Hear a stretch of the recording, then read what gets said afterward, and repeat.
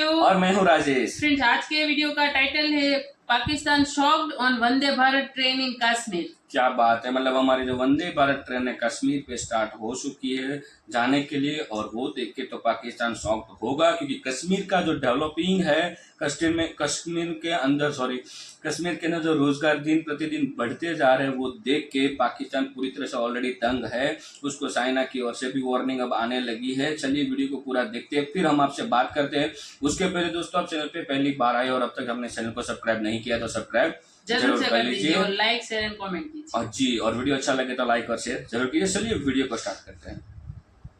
कि वो जम्मू कश्मीर में यानी कि इंडियन कश्मीर को वंदे भारत ट्रेन जो है वो देने जा रहे हैं। अच्छा, आपने कहा कि ओपोनेंट कंट्री को दिखाने के लिए काम कर रहे हैं। सर, वो तो चांद पे आज उतर रहे हैं, उनका चंद्रयान 3 उतर रहा है। वो दुनिया का कौमप्रस्त आदमी है, वो होना भी चाहिए। उसने अपनी कौम को जमीन से उठा के चांद पे पहुंचा दिया है। अगर जो आपका कश्मीर है वो आपका नहीं हो पा रहा, तो इंडिया वाला कश्मीर आप कैसे सोच सकते हैं कि वो आपको प्रेफर करेगा? कभी भी नहीं हो सकता। इंडिया समझता है कि वो उसने ग्रेट पावर बनना ही बनना है, ठीक है, और इंडिया जो है उसको उसकी राइटफुल प्लेस मिलनी चाहिए। बात की जहाँ से आप सुनते फिर हमें जो न्यूज़ पहुंचाई जाती है कि कश्मीर के अंदर या उधर जुल्म हो रहा है, तो आपको नहीं लगता कि वो भी जो न्यूज़ झूठ हो सकती है? आज़ाद कश्मीर की बात, और उनके लिए भी हम लोगों ने कभी कुछ नहीं किया। कभी मुझे सुनने को नहीं मिला कि हम लोगों ने आज़ाद कश्मीर के लिए जी कोई मतलब वहाँ पे मेट्रो चला दी है या कोई ऐसा सिस्टम कर दिया है। ये जो इंडिया की कामयाबी है, ये कोई एक्सीडेंट रातों रात नहीं हुई, ठीक है जी। इंडिया ने काफ़ी ज़्यादा इन्वेस्टमेंट्स की हैं अपनी डिजिटल एक्सेस में। इंडिया की तारीफ इसलिए कर रहे हैं कि उन्होंने अपनी फैक्ट्रियां लगाई हुई हैं, अपना माल बेचते हैं, वो चाइना से लेके नहीं बेचते। हम जो भी लेते हैं वो चाइना से माल लेके बेचते हैं। यहाँ पे हम कश्मीर डे पे यहाँ कुछ ऐसा वैसा हो जाए तो हम लोग यहाँ पे अपने ही रोड्स को ब्लॉक कर रहे होते हैं, और वहाँ तो कुछ नहीं हो रहा था। उनको तो कुछ फर्क नहीं ना पड़ता यहाँ इन चीज़ों से। देखिए, हमने भी को कमाल नहीं छोड़ा, हमने भी मांगने वालों की लाइनें लगा दी हैं, हमने भी भिखारियों की लाइनें लगा दी हैं। प्राइम मिनिस्टर मोदी जब गए यूएस कांग्रेस में तो उन्होंने खिताब किया, तो उन्होंने कहा मैं पहली दफ़ा जब वज़ीर आज़म बना था तो India was the 10th largest economy, और अभी जब मैं आपके पास आया तो India is the 5th largest economy. वो तो बड़ी बड़ी टेक्नोलॉजी में दिखाते हैं, कभी उन्होंने बुलेट ट्रेन बना दी, कभी सर वो अपनी जो है वो इलेक्ट्रिक कारें बना रहे हैं।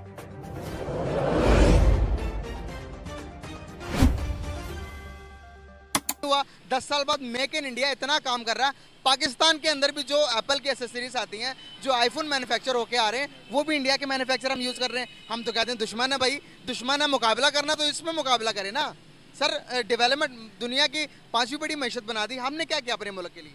सर, हमने ये किया कि हमने अच्छे अच्छे तराने जारी कर दिए। बड़ी अच्छी बात है, होने चाहिए, कौम का जज्बा उभारना चाहिए, लेकिन सिर्फ ये नहीं होना चाहिए, साथ साथ वो काम भी होना चाहिए जहाँ जो वहाँ पर हो रहा है।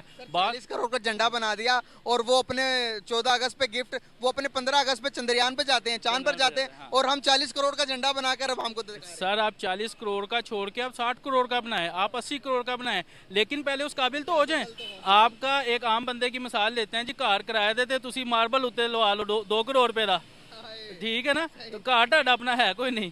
तो हमारा ये घर अपना नहीं है, हमारी सड़कें गिरवी हैं, हमारी मोटरवे गिरवी है, हमारे एयरपोर्ट गिरवी हैं, हमारे जहाज़ गिरवी हैं, हमारे इदारे गिरवी हैं, और हम 40 लाख का झंडा सर 40 लाख का छोड़ के 80 लाख का बनाएं, लेकिन पहले उसके एबल हो जाएं, उसके बाद बनाएं। जितने मर्जी झंडे बनाएं आप। सर, आपने कहा गिरवी रखवा दिया हर चीज़। सर, 71 में बांग्लादेश हमसे अलग हो गया। ये जब हम आंखें बंद करके यहाँ पर ये कह देते हैं कि पाकिस्तान अल्लाह ने बनाया हुआ, अल्लाह ताला ने बनाया होगा, बनाया है, ज़रूर बनाया, लेकिन इस अंधे यकीन के साथ कि इसको जितना मर्जी खाओ कुछ भी नहीं होता। देखे ना, ये अंधा यकीन ने हमें 71 में हमसे हमारा पार्ट, जहाँ से पाकिस्तान की तहरीक स्टार्ट हुई थी ढाका से, वो हमसे अलग हो गया। आज हम अपनी हर चीज़ गिरवी रखवा रहे हैं। आपको नहीं लगता आप आंखें खोलने का टाइम आ गया? अब देख लेना चाहिए हमें आस पड़ोस के भी, वो कहाँ जा रहे हो और हम कहाँ हैं। सर, ये चीज़ और ये जो लफ्ज़ आपने बोला ना, अल्लाह ने बनाया और अल्लाह ही करेगा, यही चीज़ तो अल्लाह को सबसे ज़्यादा नापसंद है।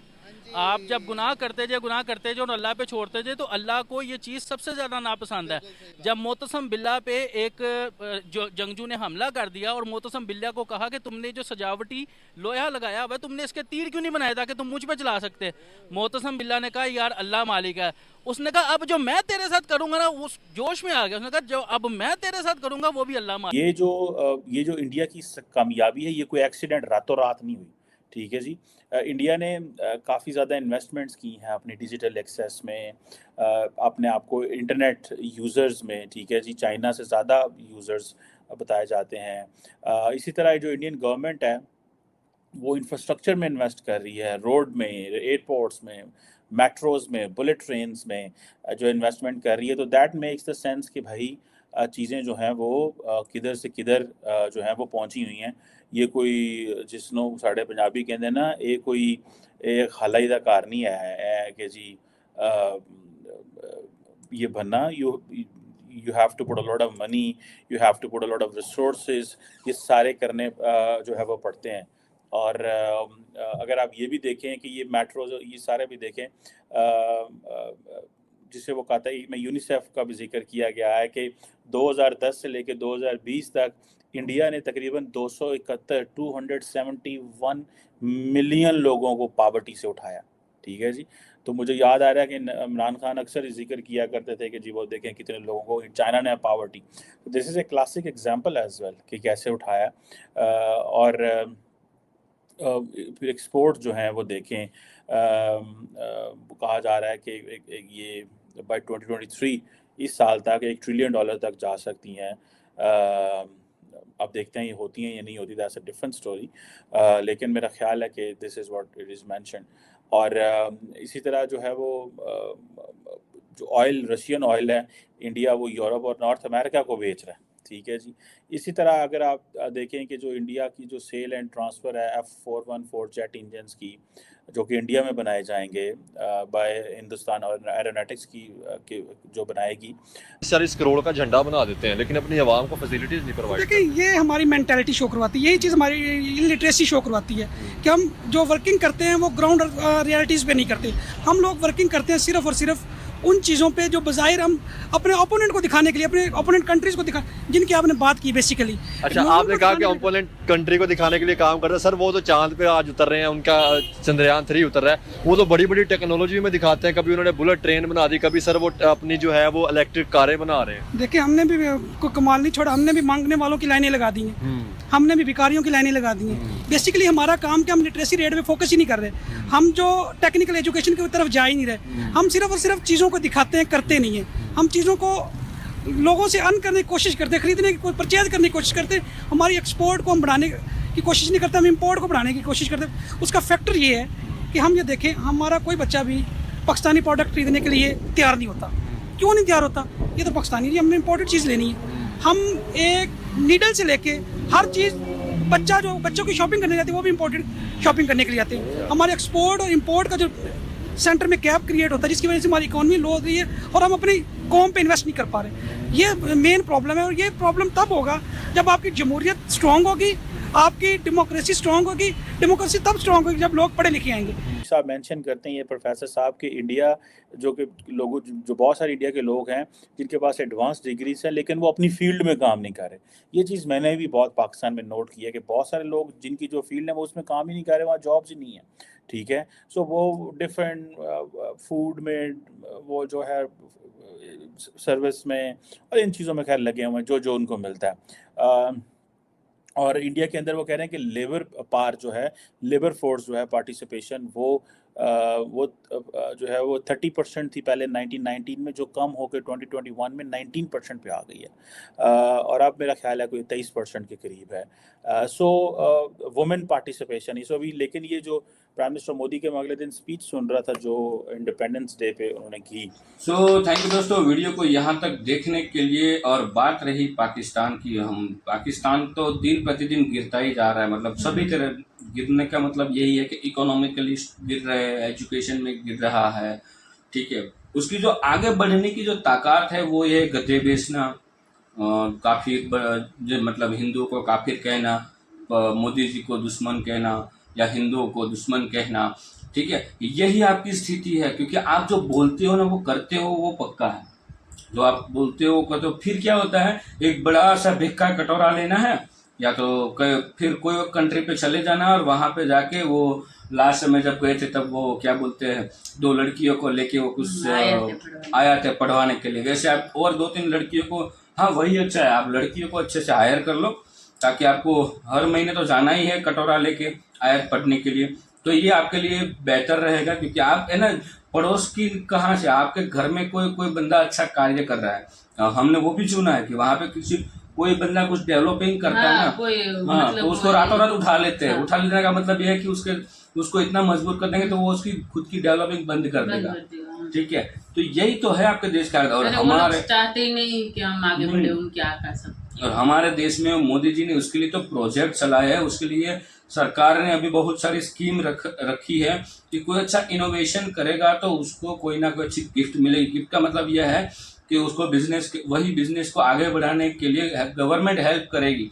पैसों के मामले में, जगह के मामले में, सब जगह से गवर्नमेंट उसको हेल्प करेगी। अब इंडिया में ऐसे प्रोजेक्ट चल रहे हैं।